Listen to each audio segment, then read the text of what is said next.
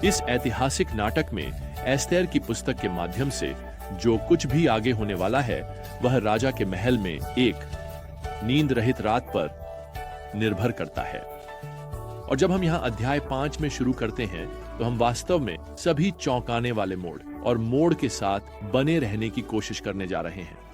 अब 3 दिनों के उपवास के बाद एस्तेर योजना के अनुसार राजा के पास जाती है और ऐसा करने के लिए वह अपनी जान जोखिम में डाल रही है, लेकिन उसकी आशंकाएं तुरंत शांत हो जाती हैं। पद 2 हमें बताता है उसने उसकी दृष्टि में अनुग्रह पाया और उसने एस्थेर की ओर अपने हाथ में सोने का राजदंड बढ़ाया। खैर, वह स्पष्ट रूप से अच्छे मूड में है क्योंकि वह उसे जो कुछ भी चाहती है देने का वादा करता है, लेकिन वह केवल राजा और उसके प्रधानमंत्री हामान को एक निजी रात्रिभोज के लिए आमंत्रित करना चाहती है।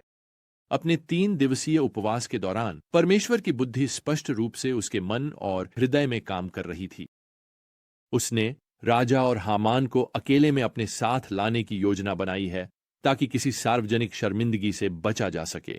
वह समय आने वाला है जब राजा को पता चलेगा कि उसके अपने हाथ ने रानी की मृत्यु की आज्ञा पर हस्ताक्षर कर दिए हैं। खैर, इस समय न तो राजा और न ही हामान जानते हैं कि वह यहूदी लोगों में से एक है। खैर, इस निजी भोज में राजा एस्थेर से पूछता है कि वह क्या चाहती है और वह उससे कहती है। यहां पद 8 में राजा और हामान को उस भोज में आने दें जो मैं उनके लिए तैयार करूंगी, और कल मैं वही करूंगी जो राजा ने कहा है। अब क्या एस्थेर इस क्षण में डर से जड़ हो गई थी? अब मैं व्यक्तिगत रूप से मानता हूं कि इस क्षण में भगवान ने एस्थेर को अपनी याचिका को स्थगित करने के लिए प्रेरित किया है। आप देखिए, इस भोज और अगले दिन के भोज के बीच कई चीजें घटित होने वाली हैं। इसने एक नाटकीय मुक्ति के लिए मंच तैयार किया। अब अपनी ओर से हामान खुद पर गर्व से फूला नहीं समा रहा था। उसे रानी द्वारा दूसरे निजी भोज के लिए आमंत्रित किया गया है। पद 9 हमें बताता है हामान उस दिन आनंदित और हर्षित मन से बाहर गया, लेकिन जब हामान ने मोर्दकै को देखा कि वह न तो उठा और न ही उसके सामने कांपा, तो वह मोर्दकै के खिलाफ क्रोध से भर गया। खैर, जब हामान घर पहुंचता है तो वह अपनी पत्नी और दोस्तों को बताता है कि राजा ने उसे कैसे पदोन्नत किया है, कैसे रानी ने उसे राजा के साथ अपने निजी भोजों में आमंत्रित किया है। और वह यहां पद 13 में जोड़ता है, फिर भी यह सब मेरे लिए कुछ भी नहीं है जब तक मैं मोर्दकै यहूदी को राजा के द्वार पर बैठा देखता हूं। कल्पना कीजिए, वह सब कुछ आनंद लेने के बावजूद वह अपने दिल में यहूदी लोगों के प्रति गहरी नफरत से विचलित है।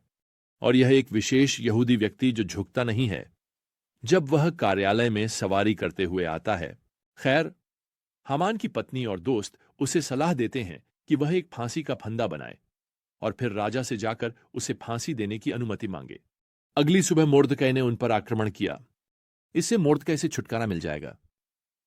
अध्याय 5 यह कहकर समाप्त होता है, यह विचार हामान को पसंद आया और उसने फांसी का फंदा बनवाया। तो यह समझो, मोर्दकै को कल फांसी दी जाएगी, जब तक कि भगवान रात के दौरान कुछ नहीं करते जो उसकी जान बचाएगा। और क्या भगवान कभी कुछ करते हैं? अध्याय 6 हमें बताता है कि आगे क्या होता है। पद 1 कहता है, उस रात राजा सो नहीं सका और उसने यादगार कार्यों की पुस्तक इतिहास लाने का आदेश दिया और उन्हें राजा के सामने पढ़ा गया।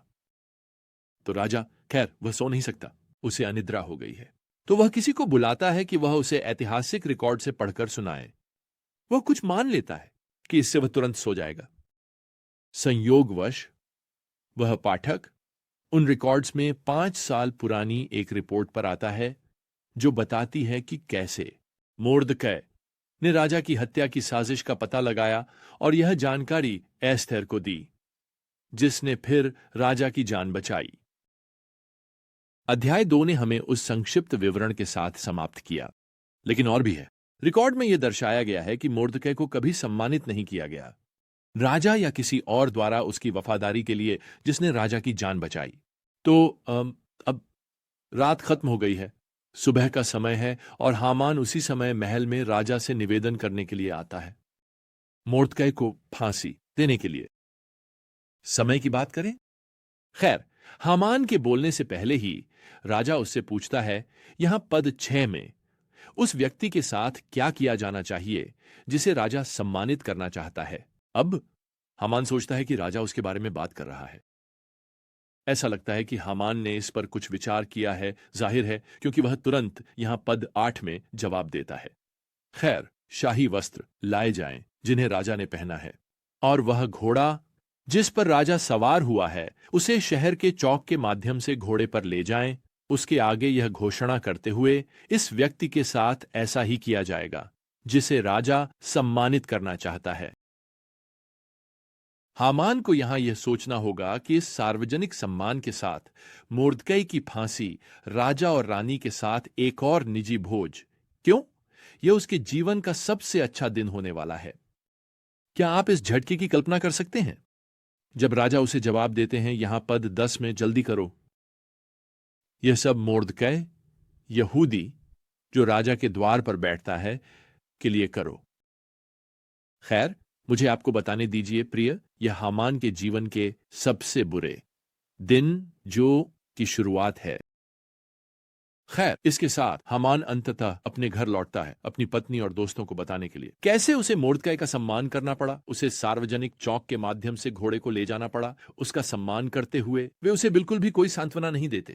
वास्तव में वे उसे यहां पद 13 में चेतावनी देते हैं, यदि मोर्दकै वास्तव में यहूदी लोगों में से है तो आप उसे पराजित नहीं कर पाएंगे, बल्कि उसके सामने अवश्य गिरेंगे।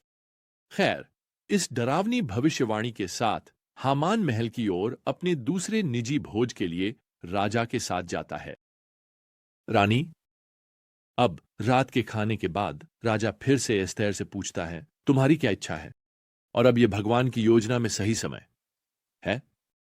एस्तेर यहां अध्याय 7 और पद 3 में उत्तर देती है, मेरी जान को मेरी इच्छा के लिए और मेरे लोगों को मेरी याचिका के लिए बचाया जाए, क्योंकि हमें बेचा गया है, मैं और मेरे लोग नष्ट होने के लिए, मारे जाने के लिए और समाप्त कर दिए जाने के लिए। फिर राजा अहश्वेरोश ने रानी एस्तेर से कहा, वह कौन है और कहां है जिसने ऐसा करने की हिम्मत की है? और एस्तेर ने कहा, एक शत्रु और दुश्मन, यह दुष्ट हामान। वाह, क्या आप इस सदमे की कल्पना कर सकते हैं? सच्चाई आखिरकार सामने आ गई है। हामान यह जानकर स्तब्ध है कि एस्तेर यहूदी है। खैर, राजा क्रोधित हो जाता है। वह यह सोचने के लिए कमरे से बाहर निकल जाता है कि आगे क्या होने वाला है, जबकि हामान वहीं रहता है और एस्तेर से अपनी जान की भीख मांगता है। जब राजा वापस अंदर आता है तो वह हामान को एस्तेर के सोफे पर गिरा हुआ पाता है। फारसी कानून के अनुसार रानी के 7 कदम के भीतर कोई भी व्यक्ति नहीं आ सकता था। वास्तव में राजा की पत्नी को छूना मौत की सजा के योग्य था। खैर, राजा हामान को यहां शारीरिक रूप से आक्रामक देखता है और पद 8 में कहता है, क्या वह मेरे सामने मेरे ही घर में रानी पर हमला करेगा? खैर, एक सेवक आगे बढ़ता है और यह प्रकट करता है कि हामान ने अभी अभी एक फांसी का फंदा बनाया है जिस पर लटकाना है। मोर्दकै, वह व्यक्ति जिसने राजा की अपनी जान बचाई होती, और यह सब कर देता है। हामान को बाहर ले जाया जाता है और तुरंत उसी फांसी के फंदे पर लटका दिया जाता है जो उसने मोर्दकै के लिए बनाया था। मेरा मतलब है, क्या मोड़ और घुमाव की श्रृंखला है। लेकिन मैं आपको बताना चाहता हूं, यह सब मानव इतिहास के महान संचालक हमारे संप्रभु अदृश्य भगवान के हाथ को प्रकट करता है। उन्होंने एस्तेर को उस सिंहासन पर बैठाया। उन्होंने मोर्दकै को उस साजिश का पता लगाने की अनुमति दी। उन्होंने राजा की नींद को बाधित किया। उन्होंने सब कुछ समयबद्ध किया, सटीक रूप से। अब एस्तेर और मोर्दकै और यहूदी लोगों को इस रोमांचक साजिश और हत्या के फरमान की पीड़ा के बिना क्यों नहीं बचाया? खैर, सच्चाई यह है कि हम सभी कारणों को नहीं जानते हैं, लेकिन जो हम जानते हैं वह यह है कि आज भी भगवान हमें जीवन की समस्याओं से केवल बचाते नहीं हैं, वह हमें जीवन में आने वाली समस्याओं के माध्यम से विकसित करते हैं। देखिए, इस नाटक ने एस्तेर और मोर्दकै को हमेशा के लिए बदल दिया है। वे अब वही लोग नहीं हैं। अब वे अपने संसार में भगवान के लोगों के साथ खुलकर खड़े हो रहे हैं। पहले वे यह तथ्य छुपाना चाहते थे कि वे इस्राएली हैं।